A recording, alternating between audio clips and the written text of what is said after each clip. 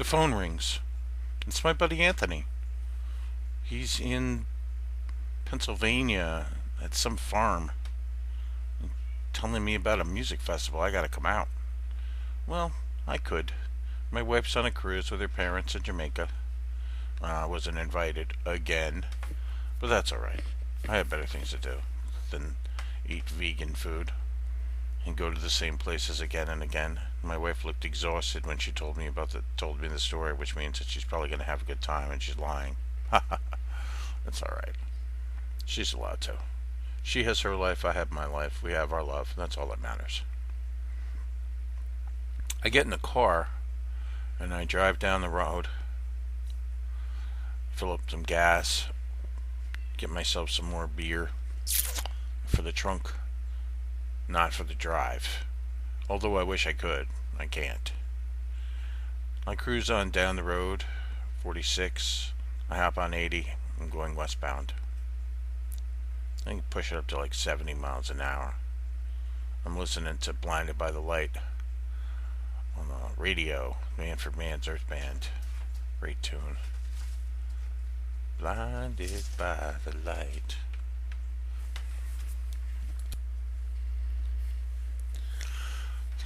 Cruising down the road, I'm doing about 70, 75. I'm leaving Passaic County now. I can see the Willowbrook Mall on my left, continuing on, woods and forests on the right. I always wondered why it was always foresty. I always thought that maybe someday they would build something cool there, but they never did.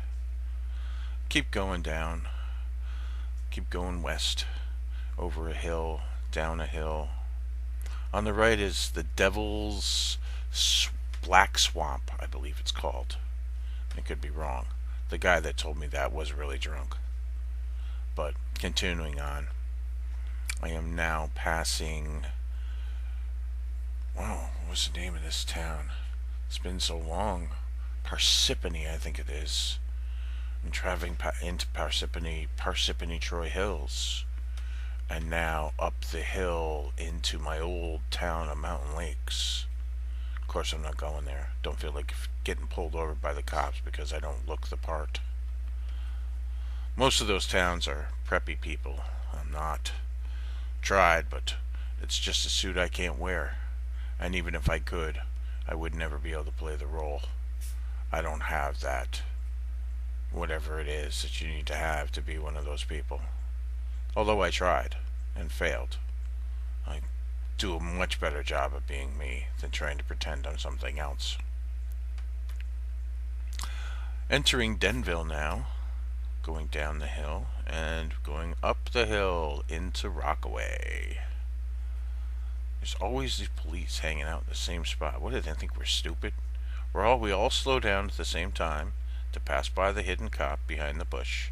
And then after we pass him, we all speed back up again. You know, it's silly. Why do they even bother? Why don't they just issue people randomly a ticket in the mail every month? You know, it's the same thing as what they're doing. But anyway, I digress. I continue down the road. It's hot today.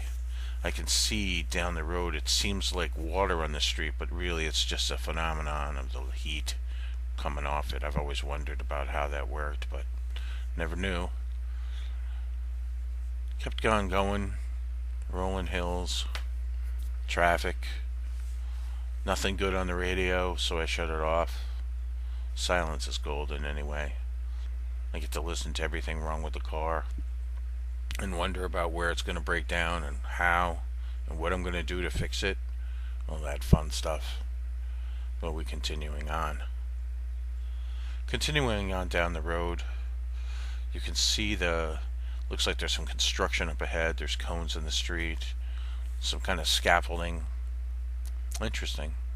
And some strange truck there. I've never seen a truck like that before. Silver, gray, had some kind of elongated end, kind of like a jet engine sitting in there. But why would they put a jet engine in a pickup truck? But hey, you never know. This is America. People do weird things with their vehicles. Just keep driving. I can feel the vibrations in my feet. There must be rough roads ahead.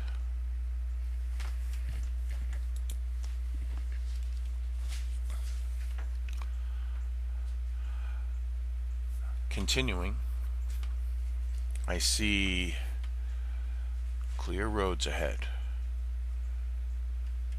And it's going to be a nice night tonight, too. No clouds.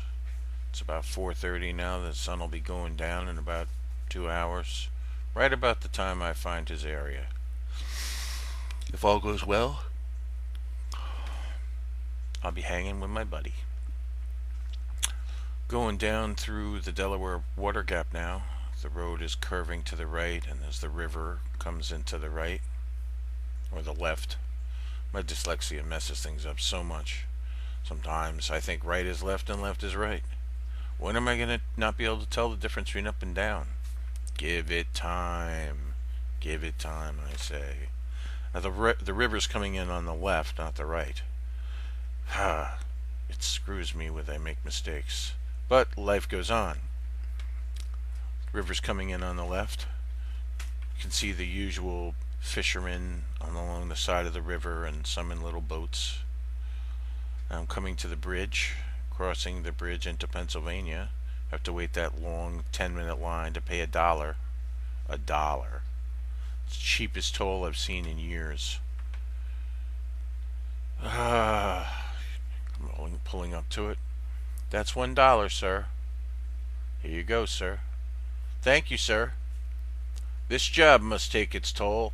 Ah ha ha. I never heard that one before. I drive on up the road, going up the hill. There's concrete on the right and left, cracked concrete on the left side. On the right side, it's a brown, looks like some kind of sound baffle that they've set up on the side of the road so people can't hear the sounds of cars. Makes a lot of sense, unless you're broken down and you got no way to climb over that thing to get to them. Continuing my duration, I pull off the road into Germantown, and he said that it's, I have to make a left here. The GPS doesn't work out here for some reason. It said something about Magnetic Mountain. Making a left. He says go until you see the white barn with the blue number 4 on it. So, okay, here we go. Countryside, trees on one side, grass on the other side. It seems like farmland. There's a little pond continuing on through the tree line. There's a way open field, big open field on both sides. This would be a great spot for a tornado. First thing that comes to mind. My wife would smack me if she heard me say that. She'd be like, oh, here's this beautiful area and all you can think about is destruction? How typical of you. Typical of me. Well, you never know. I light my blunt, take a couple pulls off it. I am far enough into God's country that I can get away with smoking a little pot while driving, and no one will know. I feel like that line from The Martian. I'm now going to dip my potato in crushed Vicodin, and no one can stop me. Well, 5-0 can stop me. All he's got to do is see me, and then I'm yanked on the side of the road, and that's the end of my little vacation. It will be spent in the pokey. In the pokey. That's a funny name that we have for jails, but it's the name we have. Continuing down the road, I see the barn with the number 4 on it. Holy moly, look at that thing. It's a huge number 4. This has got to be the place. He says 500 yards down the road on the right hand side, there should be a dirt road. 500 yards down the road, here we go. Doo-doo-doo, doo-doo-doo, doo-doo-doo, doo-doo-doo. I don't know where I came up with that funny song from, but I hear it in my head. So doo-doo-doo, doo-doo-doo, doo-doo-doo, doo-doo-doo. I see the road. I'm turning off onto it. Cruising up the road. Gravel's kicking up underneath my wheel wells. I can hear the ting-tang, ting-tang, ting-tang. Continuing on the road, I pull up to a motel. What a strange location for a motel. I wonder if this is his motel. I don't know. I check in. I ask about the music festival. They say it's around back. I said, okay, well, I'll have to go down there in a little bit. And it's not here. He was supposed to meet me here, but he's not here. Of course. He's probably screwing around like he usually does. Well, who knows? He could be doing anything. Maybe he's not here. Maybe he's late. Maybe he got hit by a truck. Who knows? But settling in, I ask about the restaurant. They say it's been closed for 10 years. Okay, but they have a big sale sign on, all you can eat for $5.50. I'm figuring they're joking. I go in there, that place has been closed forever. This is telling me to go down the street to JB's. So, okay. By this time, the sun is set and it's dark. Anybody that can tell you that's been out into Pennsylvania know that they don't believe in streetlights out there. And so it's dark. Really dark. Like you could get lost 5 feet away from where you stood. Dark. I get in the car and I drive down the road. And there's nothing. On both sides of the street, it's black. Blackness upon blackness. The blackness is so black that it feels like ink that is released from a what is that animal called? An octopus. The ink released from an octopus, how it like fills up the water around you. Well, that's how this darkness feels. It feels like the ink from a large octopus in the air is spread out and it's like dropping. I have my headlights on full blast, but they still look like they're tunneling a hole through the blackness, and I can see the street and the sides. Funny thing is, I don't see any animals. I mean, I would think that with my lights on this bright and this small size of the road, I would see eyeballs reflecting back at me, you know, the way animals do, but nothing. Really fucking boring. I was kind of hoping I'd see at least a deer. However, off in the distance, it looks like I see an alien spaceship. There's flickering pink, yellow lights. I'm like, what is this? This has got to be where I'm going. As I get closer to it, it gets brighter and brighter and brighter. And then as I pull in, I see JB's Beer and Ammo. Beer and Ammo. Well, makes sense. So I park my car. I get out. I start walking up. He's got like yellow brick road tiles on the ground. I don't really understand what those are for. Maybe for show. JB's Beer and Ammo. Well, we could definitely use beer, and we can never have enough ammo. What is it that my uncle used to say to me? Praise the Lord and pass the ammunition. Anyway, I walk up to it. Wood floors, wood steps. Looks like they were handmade. Up to first, it's kind of creaky. Grab onto the railing because I don't want to fall my fat ass over on the ground, because that's not only embarrassing but a real pain in the ass to get up. So I go up the stairwell, and of course I have to get that little tiny piece of wood in my finger. You gotta get, if you don't get one of those slivers in your skin, you don't know you're having a good time. Gotta be careful about that. Pull it out, leave it on the ground. As I walk away, the little sliver of wood's on the ground with a little tiny droplet of blood on it.